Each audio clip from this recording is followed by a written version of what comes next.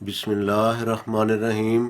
ناظرین کرام، ہم آپ کی خدمت میں پروگرام ہم اور ہماری صحت لے کر حاضر ہیں، اور آج ہماری اس مجلس کا موضوع ہے پرخوری سے بچنے کے مؤثر طریقے۔ اس سلسلہ میں چند ایک سوالات ہمارے سامنے ہیں، ہم انشاءاللہ تعالیٰ ان کے جوابات ناظرین کی خدمت میں پیش کریں گے۔ سوال ہے کہ بسیار خوری و پرخوری سے کیا مراد ہے؟ یہ فارسی زبان کے لفظ ہیں۔ بسیار خوری اور پرخوری سے مراد ہے کہ زیادہ کھانا۔ اگلا سوال ہے، کیا بغیر ضرورت کے کھانا بھی پرخوری میں داخل ہے؟ جی بالکل، یہ بغیر ضرورت کے کھانا پرخوری میں داخل ہے۔ اگلا سوال ہے، کیا غلط قسم کی غذائیں کھانا بھی پرخوری قسم ہے اور پرخوری میں داخل ہے؟ غلط قسم کی غذائیں کھانا بھی چونکہ صحت کے اوپر برے اثرات پیدا کرتا ہے، لہٰذا یہ بھی ایک پرخوری کی قسم ہے۔ اس کو بدخوری بھی کہہ سکتے ہیں، یعنی ناقص قسم کی غذائیں جو صحت پہ برے اثرات ڈالتی ہیں ان کو استعمال کیا جائے۔ سوال ہے کہ تداخل کس کو کہتے ہیں؟ تداخل عربی زبان کا لفظ ہے اور اس کے معنی ہے کہ اگر کھانا کھایا ہو، کھانے پہ کھانا جس کو پنجابی میں کہتے ہیں، کہ اگر کھانا پہلے کھایا ہو اور ابھی کھانے کی ضرورت نہ ہو، بھوک نہ ہو، تو اس کے بعد پھر بلا ضرورت کھانا کھا لینا، یہ تداخل کہلاتا ہے، اور یہ بھی پرخوری کی ایک بری قسم ہے۔ سوال ہے، کیا پرخوری گناہ ہے؟ بلا شبہ یہ گناہ ہے اور قرآن کریم کے ارشادات کی صریح خلاف ورزی ہے، جیسا کہ فرمایا کلوا واشربوا ولا تسرفوا، کہ کھاؤ پیو مگر اسراف سے، زیادتی سے کام نہ لو۔ بس اس قرآن کریم کی آیت کے مطابق پرخوری گناہ میں داخل ہے۔ کیا سوال ہے، پرخوری سے بچنے کے کیا طریقے ہیں؟ پرخوری سے بچنے کے کئی ایک طریقے ہیں جن کو ہم کسی قدر وضاحت کے ساتھ بیان کرتے ہیں۔ پہلا ایک طریقہ یہ ہے کہ پرخوری کے نقصانات کو ہمیشہ مد نظر رکھا جائے۔ کسی بھی یہ کام اصول ہے کہ جس مضر سے چیز سے بچنا ہو تو اس کے نقصانات انسان پر اچھی طرح واضح اور عیاں ہونے چاہیے، پھر وہ ان نقصانات کی وجہ سے اس چیز سے بچتا ہے۔ مثال کے طور پر اگر کسی شخص کو یقین ہو کہ اس سوراخ میں سانپ ہے تو اس میں کبھی ہاتھ نہیں ڈالے گا، اس لیے کہ اس سے اس کو پتہ ہے کہ نقصان ہوگا۔ چونکہ پرخوری کے نقصانات کا عوام کو، لوگوں کو صحیح طور پر پتہ نہیں ہوتا، اس لیے سب سے پہلے تو اس کے نقصانات سے آگاہی ضروری ہے تاکہ اس سے بچا جا سکے۔ چونکہ اس کے بہت سارے نقصانات ہیں، لہٰذا اس سے بچنا ضروری ہے، اور اس کے نقصانات سے آگاہی حاصل کرنا بھی ضروری ہے۔ اگلا اس کا طریقہ یہ ہے کہ مصمم اور پکا ارادہ کیا جائے۔ کسی بھی غلط چیز سے بچنے کے لیے منصوبہ بندی اور تصمیم قلب اور پکا ارادہ بہت ضروری چیزیں ہیں۔ بس پرخوری سے، بسیار خوری سے بچنے کے لیے پکا ارادہ کیا جائے اور کوشش کی جائے کہ اس کے اوپر کاربند رہا جائے۔ کھانے کی اگلا اس کا سٹیپ یہ ہے کہ کھانے کی مقدار کو آہستہ آہستہ کم کیا جائے۔ اگر کھانے کی مقدار کو یکدم بہت کم کر دیا جائے، ایسی مثالیں دیکھی ہیں جو ایسے بعض پرخور لوگ تھے تو ان کی مقدار خوراک کافی زیادہ تھی، تو موٹاپے کی اور بعض موٹاپے کے نتیجہ میں، چونکہ موٹاپا بیماریوں کا ذخیرہ کہلاتا ہے، وہ تنگ آ کر انہوں نے یکدم عہد باندھا کہ آئندہ پرخوری سے بچیں گے، اور سادہ قسم کی غذا اور بہت انتہائی طور پر غذا کم کر دی۔ چونکہ وہ زیادہ کھانے کے عادی تھے، ان کی طبیعت پہ خطرناک رد عمل ظاہر ہوا اور اس کے نتیجہ میں وہ اس پہ قائم نہ رہ سکے۔ بس چاہیے کہ ایک تدریجی عمل کے ذریعے، تدریجی کوشش کے ذریعے مقدار خوراک کو ایسے عادی لوگ آہستہ آہستہ کم کرتے اس کو آہستہ آہستہ نیچے لائیں، نہ کہ یکدم اگر اس کو کم کریں گے تو اس کے اوپر کاربند نہیں رہ سکیں گے۔ پھر یہ ہے کہ کھانا کھانے سے تھوڑی دیر پہلے اگر تازہ یا ٹھنڈا پانی پی لیا جائے تو اس سے بھی جو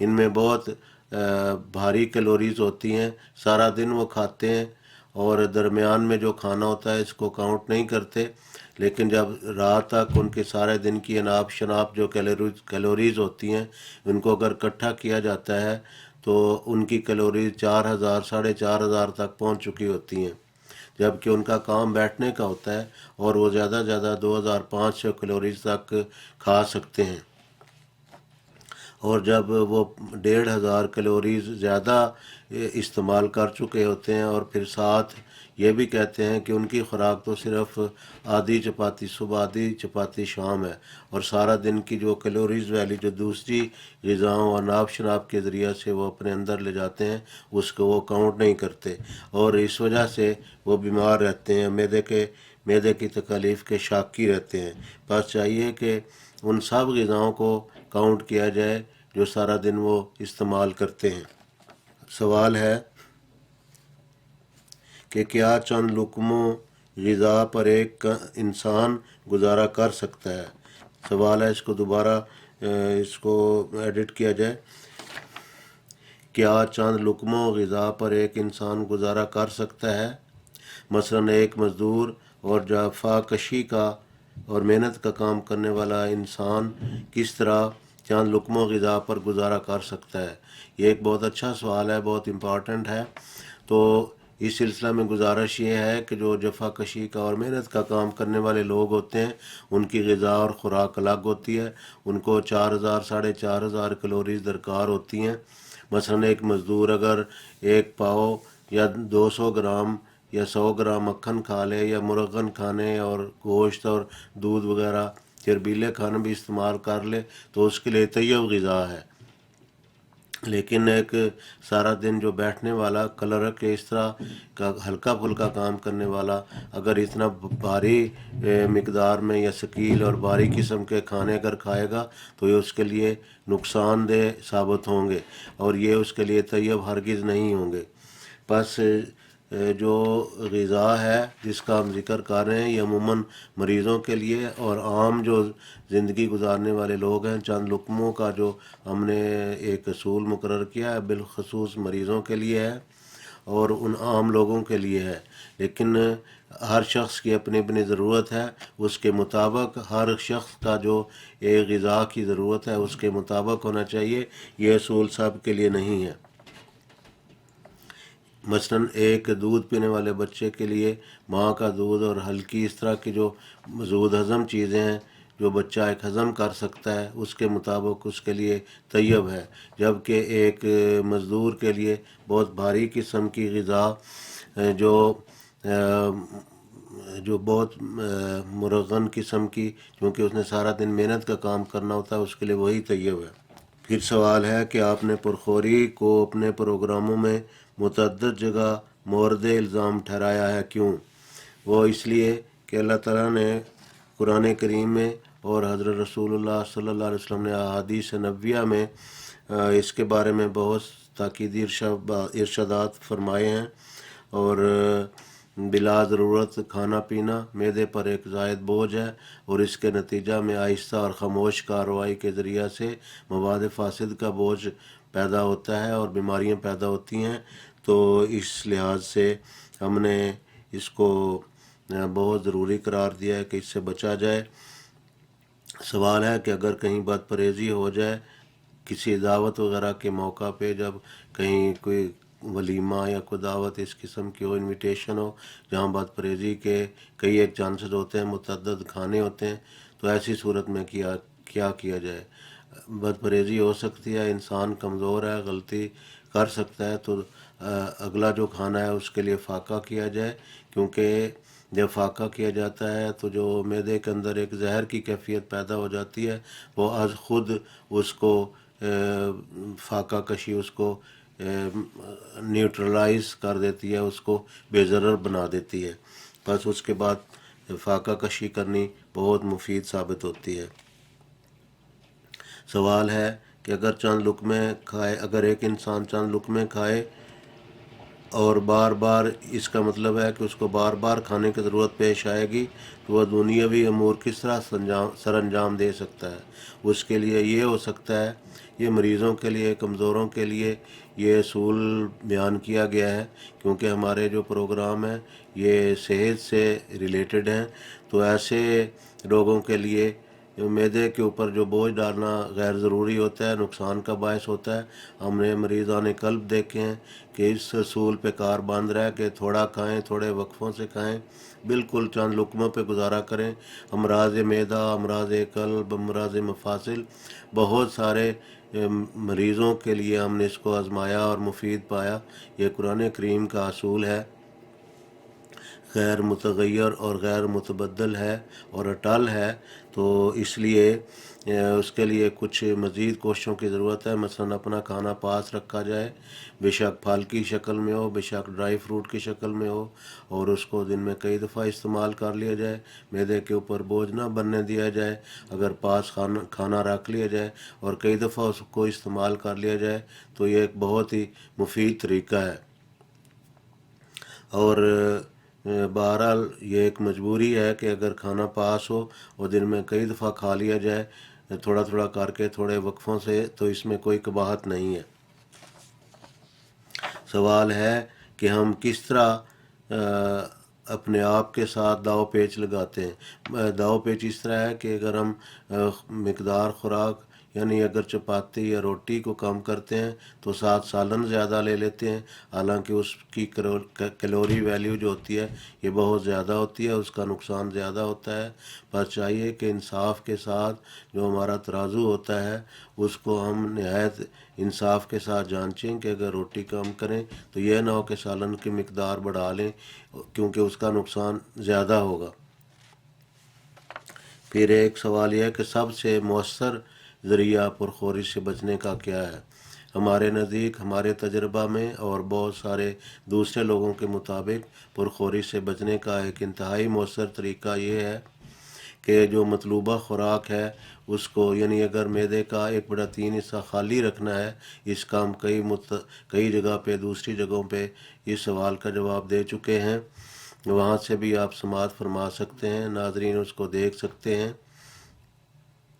کہ اس کے لیے جو مطلوبہ غذا اور خوراک ہے، یعنی اگر معدے کا 1/3 حصہ خالی رکھنا ہے تو اس کے لیے جتنی خوراک کی ضرورت ہے اس کو دسترخوان پہ رکھیں، باقی دور ہٹا دیں اور اتنی خوراک پہ قناعت کرنا سیکھیں اور اس کے لیے ایک عزم صمیم کریں. اور اس کے لیے چاہیے جس طرح اقرار نامے اور معاہدے عدالتوں میں لکھے جاتے ہیں، تو اس کے لیے ایک سٹاپ سائن مقرر کریں اور اس سے جو اقرار نامہ ہے اس کے لیے اس طرح ایک فقرہ لکھا ہوتا ہے کہ میں باقائمی ہوش و حواس و بلا جبر و اقرار اس بات کا اقرار کرتا ہوں. تو یہ جو اقرار ہوگا آپ کا اپنے ساتھ ہوگا، اپنی ذات کے ساتھ، کیونکہ جب انسان انتہائی بھوک کی حالت میں ہوتا ہے تو اس کے جو ہوش و حواس ہوتے ہیں یہ باقائمی ہوش و حواس اس وقت نہیں ہوتا، انتہائی جذبات کی حالت میں ہوتا ہے. اس کا جو اعصابی نظام ہوتا ہے حرکت میں ہوتا ہے. بھوک جوبن پر ہونے کی وجہ سے، یا اگر جھوٹی بھوک بھی ہو حرکت میں آ چکی ہوتی ہے، اس وقت اس کے جو فیصلے ہوتے ہیں اتنے معتبر نہیں ہوتے. وال صبر کر کے اور ہوش و حواس کو قائم رکھ کے اس وقت فیصلہ کریں. پہلے یہ کہ وین یعنی وہ کب کھانا کھا رہا ہے، کیا اس کی یہ حقیقی ضرورت ہے یا محض دل للچانے پہ وہ کھانے کی طرف، دسترخوان کی طرف ہاتھ بڑھا رہا ہے. پہلے ایک سٹاپ سائن بنائیں اور اس کے بعد وین لکھیں، ذہن میں قائم کریں یا ویسے لکھیں کہ کیا ضرورت حقہ کے تحت وہ کھا رہا ہے یا منہ کی لذت کی خاطر کھا رہا ہے.